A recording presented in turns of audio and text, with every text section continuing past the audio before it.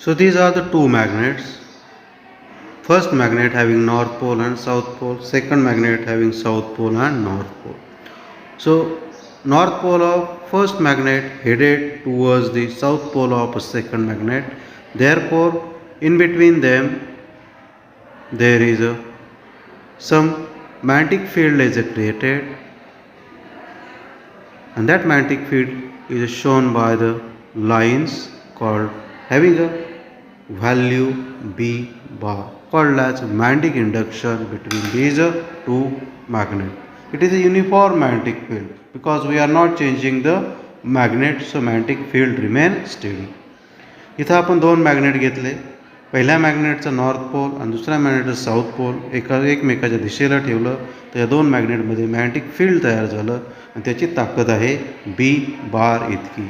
हे uniform आहे, याची किंमत बदलत नाही कारण हे मॅग्नेटिक स्टेडी आहे, त्यामुळे त्यांच्यातली मॅग्नेटिक फील्ड बदलत नाही. नाव in between these two magnets we have kept a third magnet.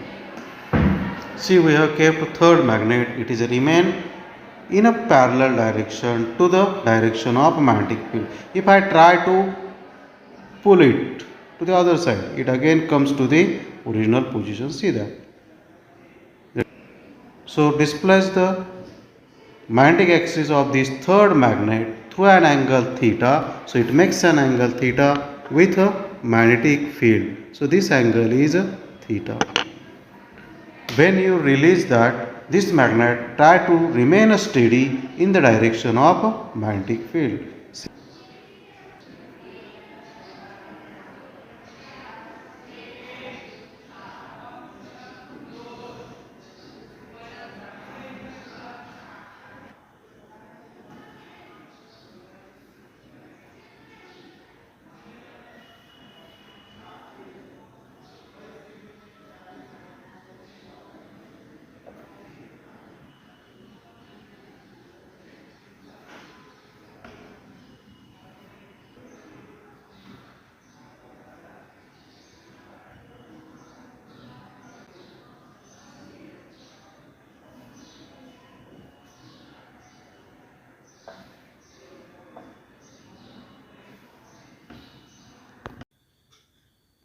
Similar to that of linear SHM and angular SHM, if a magnet is vibrate in a uniform magnetic field, then we derive the differential equation for vibration of magnet in a uniform magnetic field.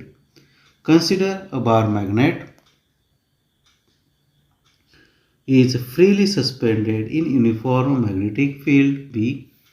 Magnet remain in equilibrium, that means in steady position, when axis of magnet is parallel to the direction of field. That means magnet remain steady without any motion. It remains steady when its axis is in parallel to the direction of magnetic field. Theta, small angular displacement given to bar magnet and released magnet perform oscillation. So here in upper side south pole, here is north pole, that means two magnet, one pole having north pole, another is second magnet having a south pole heading towards each other. In between these two magnets, this magnetic field is created. Its value is a B bar, and in this magnetic field we have kept this third magnet. It remains steady when its axis is parallel to the B bar. Now we displace it through an angle theta and release. Then it is try to take its original position, so it get perform the oscillation. So one force act at this point, second force act at this point, so that it get move parallel to the direction of B bar. QM, polar strength of magnet, polar strength of this magnet mu magnetic dipole moment, then torque acting on magnet at displaced pace is, we have studied that formula in 11th standard. Here we take it is directly. So tau is equal to mu b sin theta. If a theta is very small, sin theta is approximately equal to theta, and tau is equal to mu b theta. In place of sin theta, substitute the theta. But theta and tau are opposite in direction. Therefore, we take a negative sign. So tau is equal to minus mu b theta. Similar to the previous equation, we take tau is equal to I alpha also. Equate both the equation. After equating, we get I alpha is equal to mu b into theta, or alpha is equal to mu b divided by I into theta. Alpha is nothing but angular acceleration. So angular acceleration is proportional to the angular displacement, which indicates that the magnet performs the simple harmonic motion, or angular simple harmonic motion. Consider a magnitude. So alpha is equal to mu b divided by I into theta. So angular acceleration is equal to mu b divided by I into theta. Shift this theta to the other side. When you shift the theta to the other side, we get angular acceleration divided by theta is equal to mu b divided by I. Theta is angular displacement. So angular acceleration per unit angular displacement, which is equal to mu b divided by I. We invert the both sides. That means write numerator into denominator and denominator into numerator. So 1 upon angular acceleration per unit displacement, which is equal to I divided by mu into v. Therefore 1 upon, taking a square root of both sides, so 1 upon square root angular acceleration per unit angular displacement is equal to, in a square root, I divided by mu b.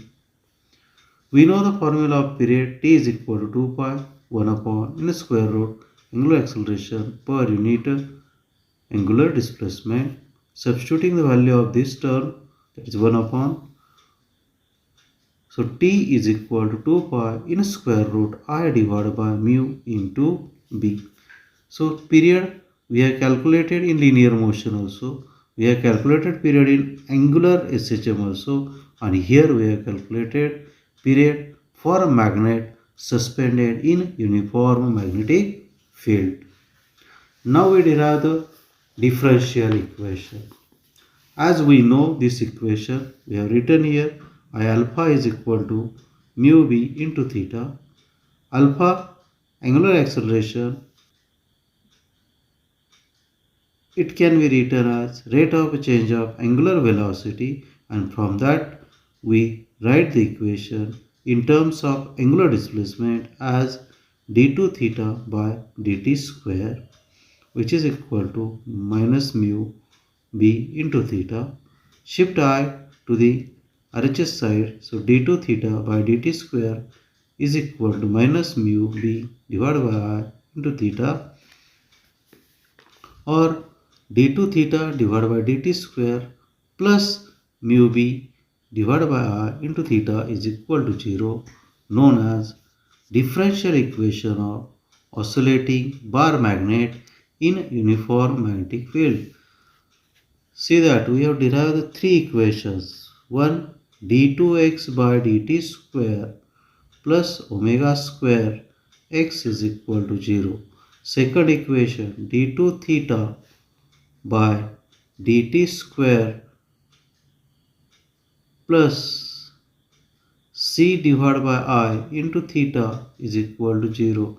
And now the third equation, d2 theta by dt square is equal to mu b divided by I into theta is equal to 0. So there is a similarity in these three equations.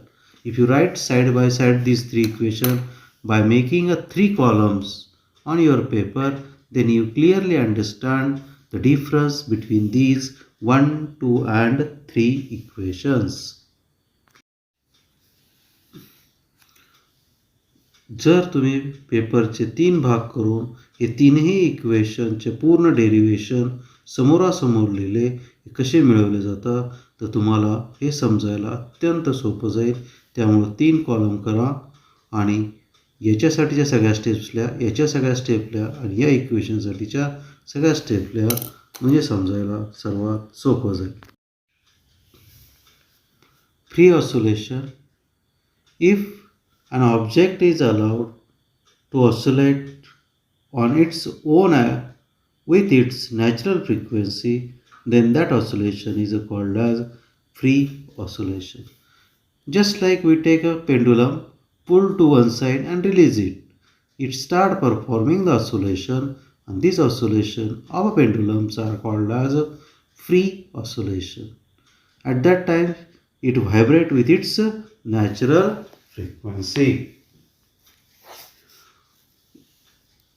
The natural frequency may be calculated using the formula n is equal to 1 upon 2 pi in square root g divided by L.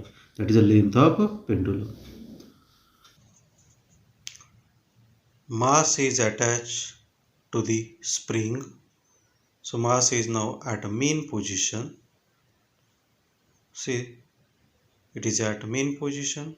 Now I will displace to it to the extreme position and release.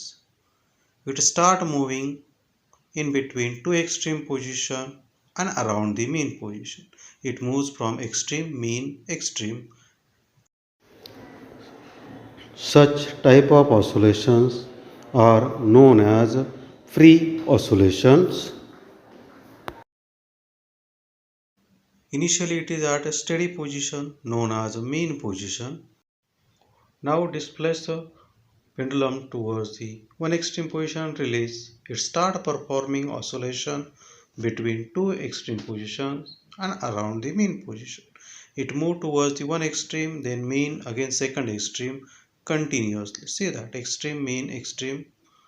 This path it takes continuously. Such type of oscillations are known as free oscillations. Second type of oscillations, forced oscillation. If we continuously apply force to the oscillating object, then that oscillation of object is called forced oscillation. Here object does not vibrate with its natural frequency. Just a pendulum is taken which is pulled to the one side and released. It move towards the mean position, goes to the second extreme position, again come to the its first extreme position, and you have apply the certain force over it. Then again it goes to the opposite extreme position, again come to the first position. Again you have apply the force. That means every time when it reaches to at this extreme position, you have externally applied force to the pendulum. Such type of oscillation of pendulum are called as forced oscillation. पहिल्या केसमध्ये एकदा body ओढली आणि सोडून दिली, तिचं जे vibration असेल ते म्हणजे फ्री ऑसिलेशनचं व्हायब्रेशन असतं आणि त्यावेळेला ती बॉडी त्याच्या नॅचरल फ्रिक्वेन्सीने व्हायब्रेट होत असते. दुसरी गोष्ट झोका आहे. झोका तुम्ही प्रत्येक वेळेला मागं जाताना पाय जमिनीला लावतात, म्हणजे जमिनीकडून काहीतरी फोर्स घेता आणि मग तुम्ही झोका खेळत राहता. प्रत्येक वेळेला पाय तुम्ही टेकवता, त्या टाईपचं जे ऑसिलेशन असेल त्याला फोर्स्ड ऑसिलेशन असं म्हटलं जातं. याच्या उलट एकदाच तुम्ही झोका घेतला परत जमिनीला पाय लावलाच नाही, शरीरही हलवलं नाही, तर जे झोक्याचं जे ऑसिलेशन्स असतील ते म्हणजे फ्री टाईपचे ऑसिलेशन होईल. काही वेळानंतर झोका आपोआप थांबणार आहे. पण दुसऱ्या केसमध्ये जर तुम्ही प्रत्येक वेळेला जमिनीला पाय लावत राहिला तर तो झोका थांबणार नाही, की तुम्ही जोपर्यंत त्याला थांबवत नाही तोपर्यंत ऑसिलेट होत राहील. प्रत्येक वेळेला तुम्ही जमिनीकडून फोर्स घेता आणि तो ऑसिलेशनमध्ये ठेवता. Example of forced oscillation and resonance. Here we have taken one string fixed between two rigid support. To the string, we have attached three different spheres. Sphere A is a solid rubber ball. Sphere B, C, D are hollow rubber ball. Length of pendulum A and length of pendulum C is same, but length of pendulum B is less than length of pendulum A or pendulum C, and length of pendulum D is greater than length of pendulum A and length of pendulum C. एक string घेतली, दोन rigid सपोर्टच्या मध्ये जोडली आणि त्याला चार spear जोडले. त्यापैकी एक स्पियर हा रबराचा भरीव गोल आहे, भरीव स्पियर आहे. दुसरे तीनही रबराचे स्पियर आहेत, पण हॉलो आहे, आतून पोकळ आहे. या पद्धतीने जोडणी केली. Now we give the oscillation to the sphere A. When you give the oscillation to the sphere A, all remaining three spheres, that means B, C and D, start oscillating. Out of that, pendulum C oscillate with maximum amplitude and B and D oscillate with small amplitude or minimum amplitude. Energy of pendulum or oscillating particle is directly proportional to the amplitude. Because of that, as the pendulum C oscillate with a maximum amplitude, the energy taken by pendulum C is greater and the amplitude of B and D is small, so energy taken by sphere B and C is small. Pendulum C vibrate with maximum amplitude than the B and D. As its amplitude is maximum, we say it is oscillate with frequency of pendulum A. So frequency of pendulum A and frequency of pendulum C get matched, and because of that pendulum C oscillate with maximum amplitude, and this is known as resonance. So whatever explained, that is written here. A, B, C, D are four pendulums. A is a solid rubber ball, and B, C, D are hollow rubber ball. Length of C and D is the same. Length of A and C is the same. Length of B is less than A and C. Length of D is more than A and C.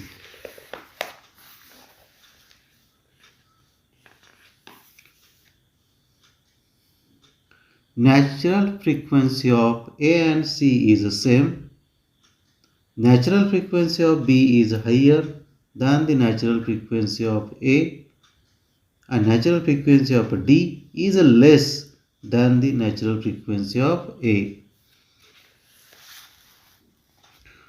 Pendulum A is set into oscillation, or we may write oscillations are given to pendulum A.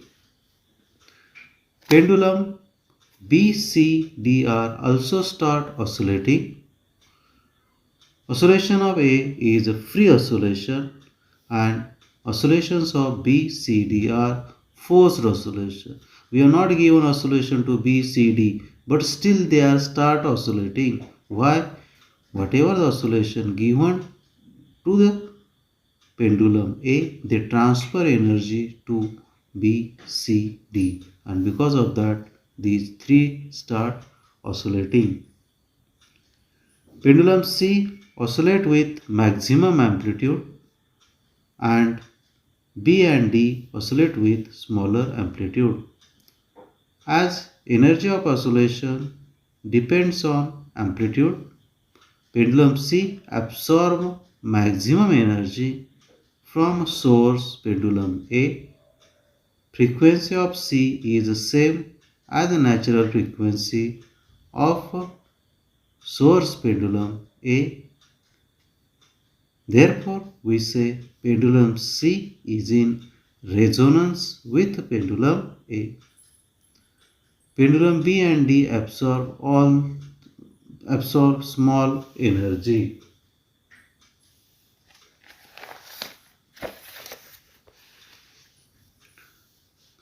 String म्हणजे दोरी घेतली, दोन्ही बाजूला त्याचे दोन and बांधले आणि त्याच्यामध्ये अशा पद्धतीने 4 रबराचे बॉल जोडले.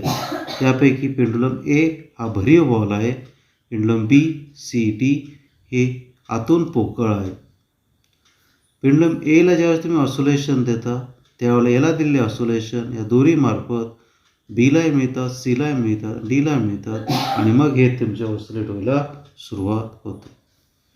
पेंडुलम ए आणि सीची लेंथ सारखी आहे, त्यामुळं पेंडुलम सी हा मॅक्झिमम ॲम्प्लिट्यूडने व्हायब्रेट होतो आणि पेंडुलम बी आणि डी यांच्या लेंथ डिफरंट आहेत. ए आणि सीपेक्षा ते कमीत कमी ॲम्प्लिट्यूडने व्हायब्रेट व्हायला सुरुवात होते. पेंडुलमची एनर्जी ही त्याच्या ॲम्प्लिट्यूडवर अवलंबून असते.